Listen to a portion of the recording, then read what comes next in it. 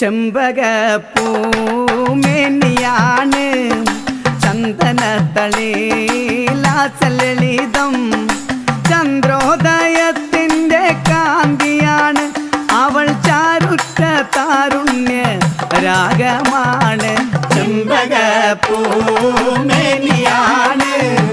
ചന്ദനത്തളിലാസലളിതം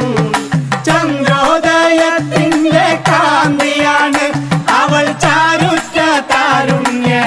രാഗമാണ് ചെമ്പകപ്പൂ